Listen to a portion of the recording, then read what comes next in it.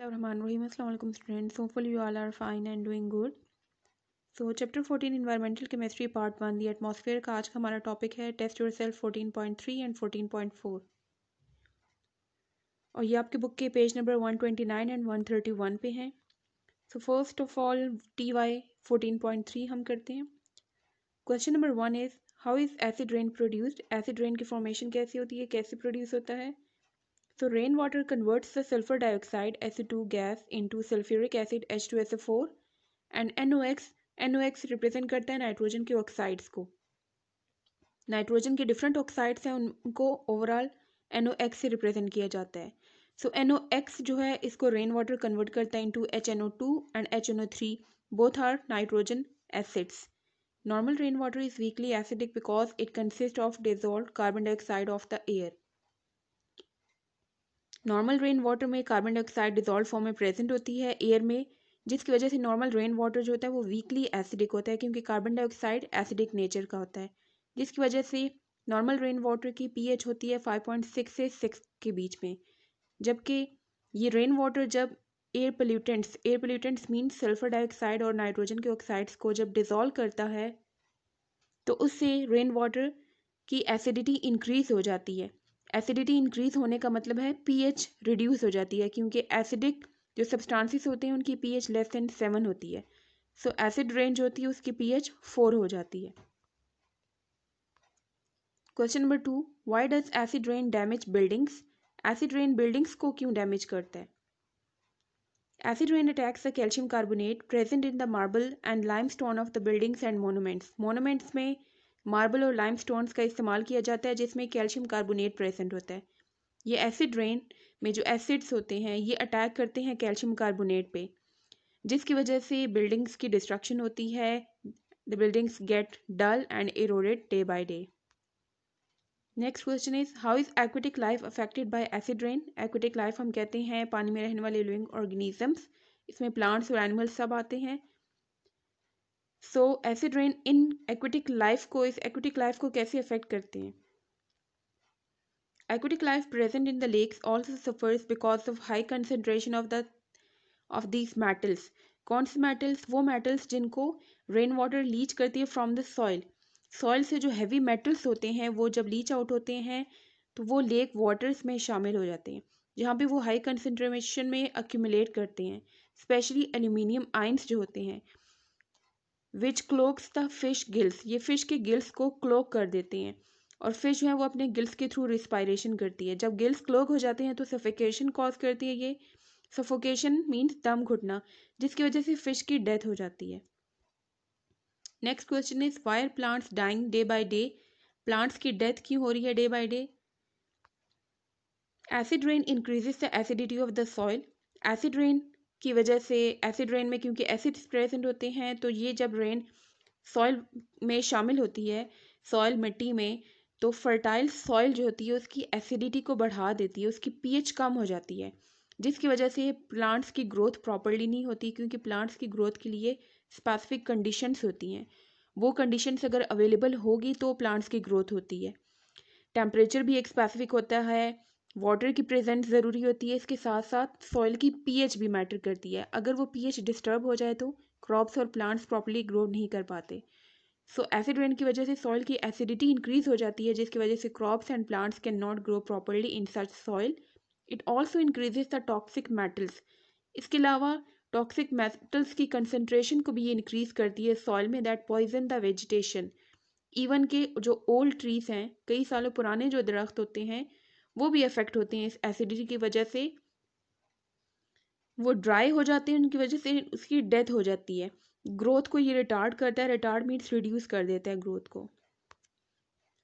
Now TY 14.4 question number 1 is justify ozone is beneficial for human kind. Justify करना है, proof देना है with reason कि ozone beneficial कैसे है ह्यूमन काइंड के लिए.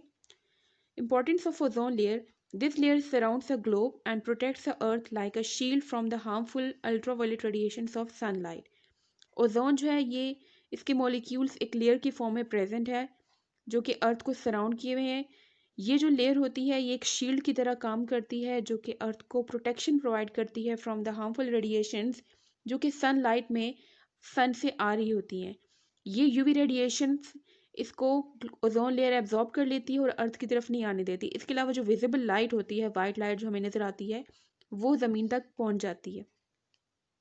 अगर ऐसा ना हो, otherwise ultraviolet radiations would cause skin cancer. अगर ओजोन लेयर किसी वजह से डिप्लीट हो जाए और कोई होल्स क्रिएट हो जाए जिससे यूवी रेडिएशंस अर्थ तक पहुंच जाएं, तो ये डिफरेंट स्किन डिजीजेस कॉज करते हैं, specially skin cancer. Thus, ozone layer in stratosphere is beneficial for life on Earth. Next question is, why is ozone depleting in the atmosphere? Ozone deplete क्यों हो रही है? So इसकी reason है chlorofluorocarbons. Chlorofluorocarbons का इस्तेमाल किया जाता है एज रेफ्रिजरेंट्स, एसी वगैरह, एयर कंडीशनर्स, और इसके अलावा रेफ्रिजरेटर्स में इसका इस्तेमाल किया जाता है एज ए रेफ्रिजरेंट। ये मेजर कॉज है डिप्लीशन की, ओजोन लेयर डिप्लीशन की। कैसे कॉज करती है ओजोन डिप्लीशन? ये कंपाउंड्स किसी तरह से जब लीक हो जाती है तो इसकी लीकेज के बाद ये इस्केप कर जाते हैं और स्ट्रेटोस्फेयर की लेयर तक पहुंचते हैं। जब वहाँ पे डिफ्यूज़ कर जाते हैं तो स्ट्रेटोस्फेयर में यूवी रेडिएशंस प्रेजेंट होती हैं। अपर लेयर में हाई होती हैं, मिड लेयर में लेस यूवी रेडिएशंस प्रेजेंट होती हैं। मिड लेयर में ओजोन लेयर भी प्रेजेंट है जो कि यूवी रेडिएशंस को एब्जॉर्ब कर रही हैं ताकि ये आगे अर्थ तक ना पहुँच पाए। तो ये क्लोरोफ्लोरोकार्बन जब स्ट्रेटोस्फेयर तक पहुंचते हैं तो वहाँ पे यूवी रेडिएशंस की प्रेजेंस में, यूवी रेडिएशंस में एनर्जी होती है, हाई एनर्जी, जिसकी वजह से क्लोरोफ्लोरोकार्बन जो है इसका एक मॉलिक्यूल का फॉर्मूला है CfCl3। तो इसमें जो CCl बॉन्ड है, कार्बन और क्लोरीन का जो बॉन्ड है वो ब्रेक होता है, और जब एक बॉन्ड ब्रेक होता है तो इससे क्लोरीन फ्री रेडिकल जनरेट होता है। फ्री रेडिकल हम कहते हैं वो स्पीशीज जिसमें अनपेयर्ड इलेक्ट्रॉन प्रेजेंट है। अनपेयर्ड इलेक्ट्रॉन अगर प्रेजेंट है तो उसको पेयरिंग के लिए वो आगे रिएक्ट करता है, वो हाईली रिएक्टिव स्पीशी होता है जो कि अनपेयर्ड इलेक्ट्रॉन जिसमें हो। अनपेयर्ड इलेक्ट्रॉन मीन्स कि अगर उसमें वैलेंस शेल में, आउटर मोस्ट शेल में उसमें 7 इलेक्ट्रॉन्स हैं तो उन 7 इलेक्ट्रॉन्स में से 6 इलेक्ट्रॉन तो पेयर्ड फॉर्म में प्रेजेंट है, 2 का पेयर बनता है, टोटल 3 पेयर्स। लेकिन वो जो 7th इलेक्ट्रॉन है, 7वां इलेक्ट्रॉन, वो अनपेयर्ड फॉर्म में प्रेजेंट होगा और उसको पेयरिंग के लिए अब दूसरा इलेक्ट्रॉन चाहिए। तो वो जो भी स्पीशी होती है जिसमें अनपेयर्ड इलेक्ट्रॉन होता है वो हाईली रिएक्टिव स्पीशी होती है। फॉर एग्जाम्पल CfCl3 ये एक मॉलिक्यूल है क्लोरोफ्लोरोकार्बन का। यूवी रेडिएशन में जब CCl बॉन्ड ब्रेक होता है तो Cl सेपरेट हो जाता है और पीछे हमारे पास जो प्रोडक्ट बनता है that is CfCl2। These free radicals are very reactive. ये जो क्लोरीन फ्री रेडिकल्स बनते हैं बहुत ज़्यादा रिएक्टिव होते हैं। They react with the ozone to form oxygen as. अब ये कैसे अफेक्ट करते हैं? ये क्लोरोफ्लोरोकार्बन जो है अपने क्लोरीन फ्री रेडिकल्स के थ्रू ओजोन लेयर को डिप्लीट कर रहे हैं। ओजोन लेयर में ओजोन मॉलिक्यूल्स प्रेजेंट है। Ozone molecules means O3 molecules. ये जो क्लोरीन फ्री रेडिकल जनरेट होता है ये इस ओजोन के मॉलिक्यूल के साथ रिएक्ट करता है। अब ये एक क्लोरीन फ्री रेडिकल की बात हो रही है यहाँ पे। जब ये रिएक्ट करता है तो इसके रिजल्ट में ये जो प्रोडक्ट बनता है दैट इज OCl। स्टिल ये एक फ्री रेडिकल है और साथ में ऑक्सीजन गैस प्रोड्यूस हो गई है क्योंकि Cl ने एक ऑक्सीजन यहाँ से ले लिया तो पीछे 2 ऑक्सीजन बच गए जो कि ऑक्सीजन गैस प्रोड्यूस करती हैं। अब इस रिएक्शन में ये जो प्रोडक्ट बना है फ्री रेडिकल OCl और Cl के बीच में बॉन्ड ब्रेक होता है और यहाँ से 2 फ्री रेडिकल्स जनरेट होते हैं।